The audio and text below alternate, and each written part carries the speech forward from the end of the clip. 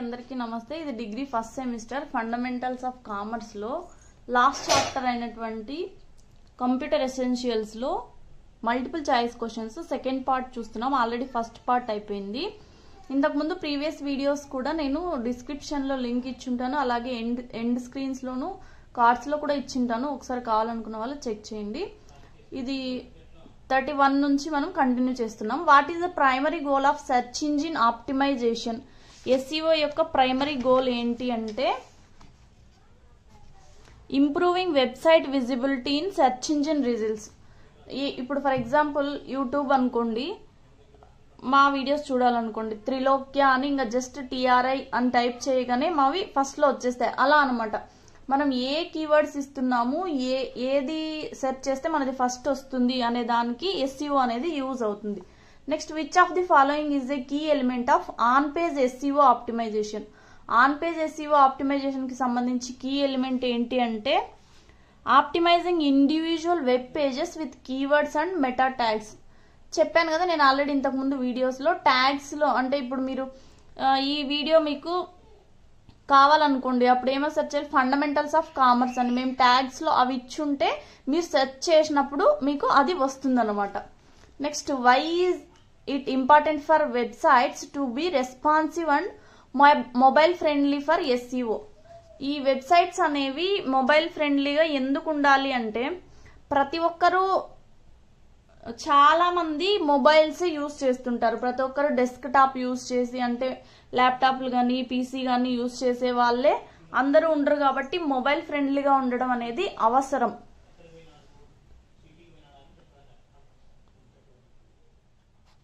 Search engines prioritize mobile friendly sites in mobile search results. Answer ఇది. What does SEO stand for? Search engine optimization. How can business increase their website's authority and credibility in search engine algorithms? ఏ విధంగా ఈ SEO ద్వారా business అనేది increase చేసుకుంటారు అంటే by building high quality backlinks from reputable websites.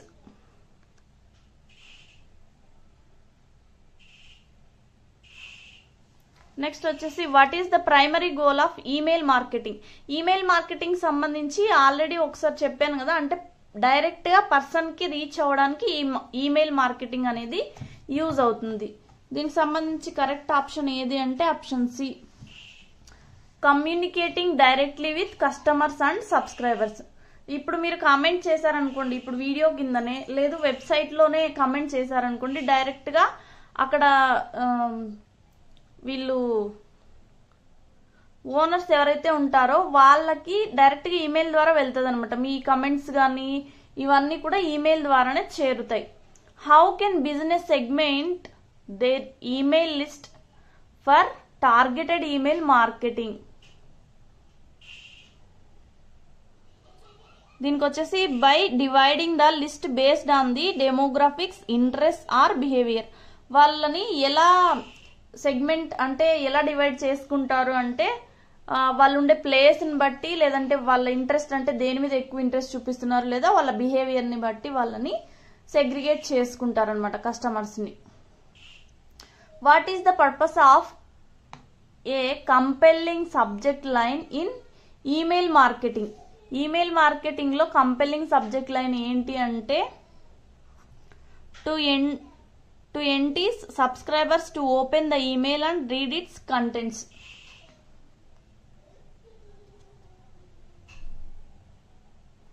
Next వచ్చేసి why is it important for email templates to be mobile friendly? మళ్ళీ mobile friendly ఎందుకు ఉండాలి అని అడుగుతున్నారు. ఎందుకంటే many subscribers access emails on smart phones or tablets. ఇందాక చెప్పినట్టుగానే చాలా మంది స్మార్ట్ ఫోన్స్ లేదా టాబ్లెట్స్ యూజ్ చేస్తూ ఉంటారు, కానీ ప్రతి ఒక్కరు ల్యాప్టాప్లు లేకంటే పర్సనల్ కంప్యూటర్స్ అనేటివి ఏమి యూజ్ చేస్తుంటారు. ఎక్కువ మందికి మొబైల్సే ఉంటాయి. What is one benefit of using email automation in marketing campaigns?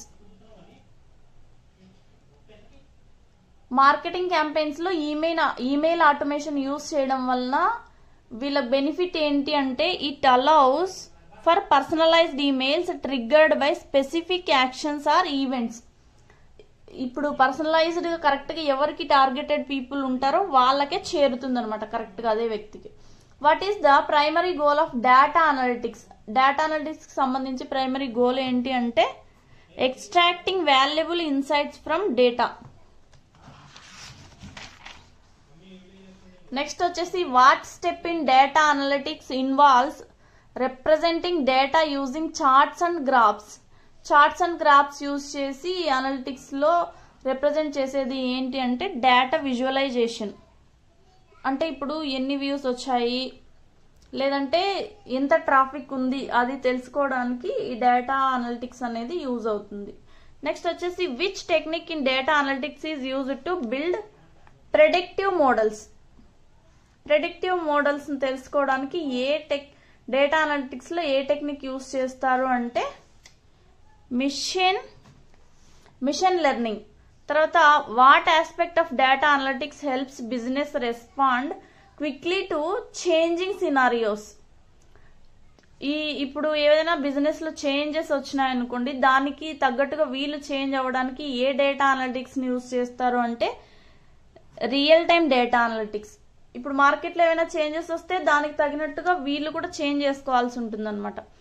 Why is data security important in data analytics?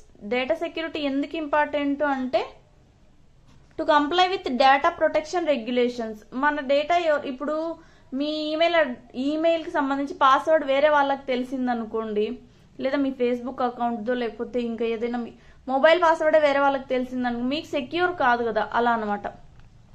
What role does data analytics play in predicting customer behaviour? Customer behaviour తెలుసుకోవడానికి data analytics అనేది ఏ విధంగా ఉపయోగపడుతుంది అంటే it helps business make informed decisions based on customer insights. వాళ్ళ customer కి సంబంధించి వాళ్ళ అభిరుచులు ఎలా ఉన్నాయి, వాళ్ళ ఇంట్రెస్ట్ ఏంటి, వాళ్ళకి ఏం అవసరం అని తెలుసుకొని వాళ్ళకి తగినట్టుగా వీళ్ళు డెసిషన్ మేకింగ్ చేసుకొని దానికి తగ్గట్టుగా వీళ్ళు చేస్తారనమాట. What does data analytics use to create predictive models for customer behaviour? Historical data. Predictive models ని తయారు చేయడానికి ఏ డేటా ఉపయోగిస్తారంటే హిస్టారికల్ డేటా. నెక్స్ట్ వచ్చేసి how does data analytics help personalize marketing efforts? Personalize marketing efforts కి ఈ data analytics అనేది ఏ విధంగా ఉపయోగపడుతుంది అంటే by understanding individual preferences. Next what can data analytics anticipate in customers to help business retain them? దీనికి వచ్చేసి లైక్లీహుడ్ ఆఫ్ చర్న్ అండ్ ఇది దీనికి ఆన్సర్. నెక్స్ట్ వచ్చేసి what optimization can business achieve through predicting customer behaviour with data analytics? దీనికి వచ్చేసి optimizing marketing campaigns. Next what data source provides insights into customer sentiment and preferences? Customer యొక్క సెంటిమెంట్లు ఏంటి, వాళ్ళ preferences అనేది ఏంటివి అనేది ఏ సోర్స్ ద్వారా తెలుసుకోవచ్చు అంటే సోషల్ మీడియా ఇంటరాక్షన్స్. అంటే మీరు ఏ కంటెంట్ క్రియేట్ చేస్తున్నారో, ఏ దానికి లైక్స్ ఎక్కువ వస్తున్నాయి, ఏ ప్రోడక్ట్ కి వ్యూస్ ఎక్కువ వస్తున్నాయి, దాన్ని చూసుకొని వీళ్ళ బిజినెస్ అనేది డెవలప్ చేసుకోవచ్చు అనమాట. Next which data source helps gauge customer satisfaction levels and identify potential pain points? Customer యొక్క సాటిస్ఫాక్షన్ వాళ్ళకి ఏది నచ్చింది ఏది నచ్చలేదు అని తెలుసుకోవడానికి ఏ డేటా హెల్ప్ అవుతుంది అంటే customer support data. For subscription based business tracking what can aid in churn prediction? దీనికి వచ్చేసి purchase history.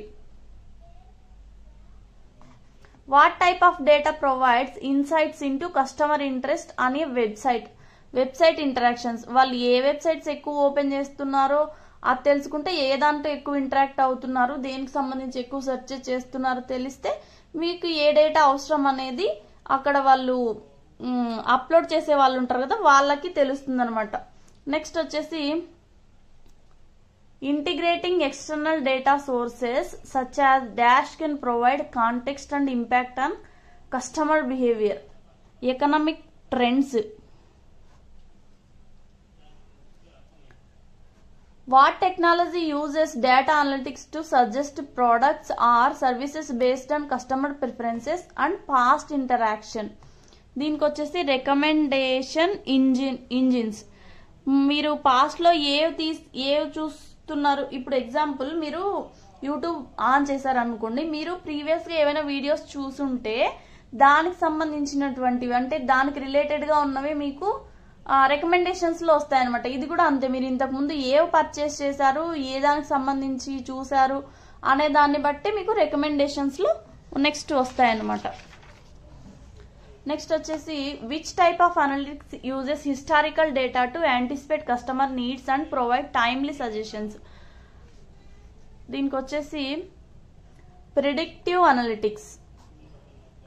What technique tailors content such as emails and advertisements to individual customer preferences. Behavioral targeting. దీనికి వచ్చేసి ఇవన్నీ కొంచెము దగ్గరగా ఉన్నాయి. మీరు question అనేది 1-2 సార్లు చదివి అర్థం చేసుకొని అప్పుడు మీరు ఆన్సర్ చేయాల్సి ఉంటుందన్నమాట.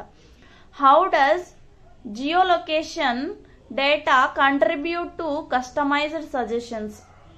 ఈ జియోలొకేషన్ డేటా ఎలా కస్టమైజ్డ్ సజెషన్స్ కి యూజ్ అవుతుంది అంటే it offers location based suggestions and promotions. ఇక్కడ లొకేషన్ కి సంబంధించి ఇచ్చినారు కాబట్టి ఆన్సర్ లో కూడా లొకేషన్ కి సంబంధించి ఉంటుంది. వాట్ టైప్ ఆఫ్ అంటే ఇప్పుడు ఏ ప్రాంతంలో ఉన్నవారు ఏవి ఎక్కువ యూజ్ చేస్తారు అన్నట్టు అనమాట. What type of data analytics enables businesses to offer instant and relevant suggestions as customers browse their platforms. Real time data analytics.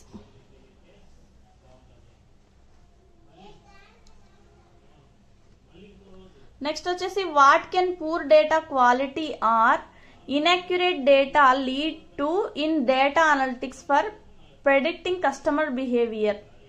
దీనికి వచ్చేసి బయాస్డ్ ప్రెడిక్షన్. అంటే మీరు ఇన్అక్యురేట్ డేటా యూజ్ చేసి లేదంటే పూర్ డేటా క్వాలిటీ ఏ విధంగా మీకు కస్టమర్ బిహేవియర్ ప్రెడిక్షన్ లో loss చేస్తుంది అంటే మీకు కరెక్ట్ ఇన్ఫర్మేషన్ లేదనుకోండి, మీరు కరెక్ట్ ప్రోడక్ట్ ని అందించలేరు. అదే బయాస్డ్ ప్రిడిక్షన్ అనమాట. బయాస్డ్ అంటే మామూలుగా జనరల్ గా ఏ అర్థం వస్తుందంటే పక్షపాతంగా అనమాట. ఇప్పుడు జెండర్ బయాస్ అని అంటారు కదా, అంటే ఫీమేల్ ని ఒకలాగా మేల్ ని ఒకలాగా చూడడం, అలా ఆ మీనింగ్ లో బయాస్ అని వస్తుంది. అంటే మీకు కరెక్ట్ ఇన్ఫర్మేషన్ లేకపోతే మీరు కరెక్ట్ గా దానికి సంబంధించిన ప్రొడక్ట్ ని కానీ లేకపోతే దానికి సంబంధించిన డేటాని కానీ కస్టమర్ యొక్క సాటిస్ఫాక్షన్ కోసం మీరు చేయాల్సింది చేయలేరు అనమాట. అంటే రాంగ్ ప్రిడిక్షన్స్ వస్తాయి. నెక్స్ట్ వచ్చేసి what is essential to strike A balance between when using data analytics for predicting customer behaviour to avoid ethical and legal issues. Customer privacy. మనకు మామూలుగా కస్టమర్ బిహేవియర్ కి అలాగే వాళ్ళకి సంబంధించిన ఎథికల్ లీగల్ ఇష్యూస్ కి సంబంధించి మధ్యన బ్యాలెన్స్ ఉండాలి అంటే కస్టమర్ ప్రైవసీ అనేది చాలా important. What must businesses safeguard customer data from to maintain trust when using data analytics. ఈ కస్టమర్ డేటాని ఏ విధంగా సేఫ్ గార్డ్ చేస్తారు అంటే దేని నుంచి అంటే అనాథరైజ్డ్ యాక్సెస్ నుంచి. ఇప్పుడు మన ఇన్ఫర్మేషన్ అన్నెసెసరీ వాళ్ళకి తెలిస్తే, ఇప్పుడు సైబర్ క్రైమ్స్ సైబర్ ఫ్రాడ్స్ చాలా జరుగుతున్నాయి కదా, అంటే ఓటీపీలు షేర్ చేయడం కానీ ఇదంతా టెక్నికల్ గా కంప్యూటర్ కి సంబంధించింది కాబట్టి ఇప్పుడు డేటా ప్రైవసీ అనేది కూడా చాలా చాలా ఇంపార్టెంట్ సెక్యూరిటీ పర్పస్ కోసం. What can managing and analysing vast amounts of data be for business using data analytics challenging and overwhelming. What may data analytics miss when predicting customer behavior, potentially leading to inaccurate predictions? Context behind behavior. ఇది దీనికి సంబంధించిన answer. Thanks for watching త్రిలోక్య6600. ఇక్కడ last చాప్టర్కి వచ్చేసరికి ఏమైందంటే ఇవి కొంచెము డ్రైగా ఉన్నాయి సబ్జెక్టు. మామూలుగా మీకు ఇలా పేపర్ మీద చెప్పడం కంటే ప్రాక్టికల్గా మీరు కంప్యూటర్ని యూజ్ చేస్తున్నా లేకపోతే ఈ వెబ్సైట్స్ గురించి ఈ మొబైల్స్ గురించి బాగా ఐడియా ఉన్న వాళ్ళకి పట్టున్న వాళ్ళకి ఇవి ఈజీగా అర్థమవుతాయి అన్నమాట. ఇలా చదవడం కంటే కూడా ఈ వెబ్సైట్స్ వర్డ్ ప్రెస్కి సంబంధించి వెబ్ డిజైనింగ్కి సంబంధించి వర్క్ చేసే వాళ్ళు ఎవరైతే ఉంటారో మీరు ఒకసారి తెలుసుకోండి దానిలో గురించి, అప్పుడు మీకు చాలా ఈజీగా అనిపిస్తుంది.